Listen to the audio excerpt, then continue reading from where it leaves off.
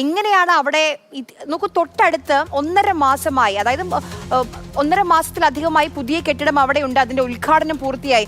ഇവിടെയുള്ള രോഗികളെ, ഇവിടേക്ക് എത്തുന്ന രോഗികളെ അവിടേക്ക് മാറ്റാൻ എന്താണ് പ്രയാസം? എന്തുകൊണ്ടാണ് അവിടെ ഇപ്പോഴും ഈ പഴയ കെട്ടിടം തന്നെ മതി എന്ന വാശി അവിടെയുള്ള ആളുകൾക്ക്?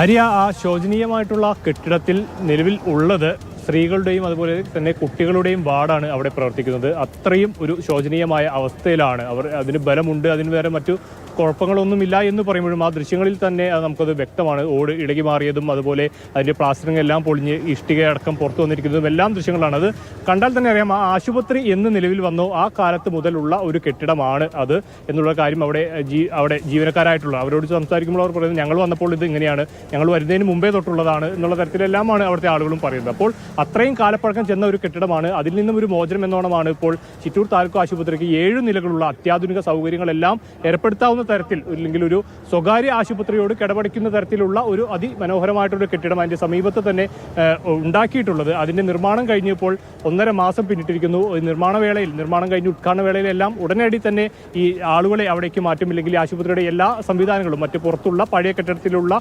പ്രവർത്തിക്കുന്ന എല്ലാ വാർഡുകളും എല്ലാം ആ പുതിയ കെട്ടിടത്തിലോട്ട് മാറ്റുമെന്നൊരു ഉറപ്പായിരുന്നു നൽകിയത്. എന്നാൽ ഇത്രയും നാൾ ആയി, ഇപ്പോൾ 1.5 മാസം പിന്നിട്ടു. അതിനുശേഷവും യാതൊരു വിധത്തിലുള്ള നീക്കങ്ങളും അത് മാറ്റേണ്ട അല്ലെങ്കിൽ ആ പുതിയ കെട്ടിടത്തിലോട്ട് പ്രവർത്തനം ആരംഭിക്കുന്ന തരത്തിലുള്ള ഒരു പ്രവർത്തനവും ആ ആശുപത്രിയുടെ ഭാഗത്തു നിന്ന് ഉണ്ടായിട്ടില്ല. അതിൽ പറയുന്നത് സാങ്കേതികമായിട്ടുള്ള കാര്യങ്ങളാണ്. ഹൈറ്റ്സിനായിരുന്നു ഇതിന്റെ നിർമ്മാണ ചുമതല. അവർക്ക് ഇനിയിപ്പോൾ അതിൽ വേണ്ട ഫർണിച്ചറും അതുപോലെ തന്നെ മറ്റു സാധന സാമഗ്രികളും എല്ലാം എക്യുപ്മെന്റ്സും എല്ലാം അവിടേക്ക് മാറ്റി സ്ഥാപിക്കേണ്ട ഒരു ചുമതല കൂടിയുണ്ട്. അപ്പോൾ അതിൽ വരുന്ന കാലതാമസമാണ് ഇത്തരത്തിൽ ഈ ആശുപത്രിയുടെ പ്രവർത്തനം അവിടേക്ക് മാറാൻ വൈകുന്നത് എന്നുള്ള കാര്യമാണ് അറിയുന്നത്. നമുക്ക് ഇപ്പോൾ ആ ആശുപത്രി കണ്ട ഇവിടെ തന്നെയാണ് കുറച്ച് നാളുകൾ മുമ്പ് ഒരു രോഗിക്ക് പാമ്പുകടി ഏൽക്കുന്ന സാഹചര്യം എല്ലാം ഉണ്ടായതും.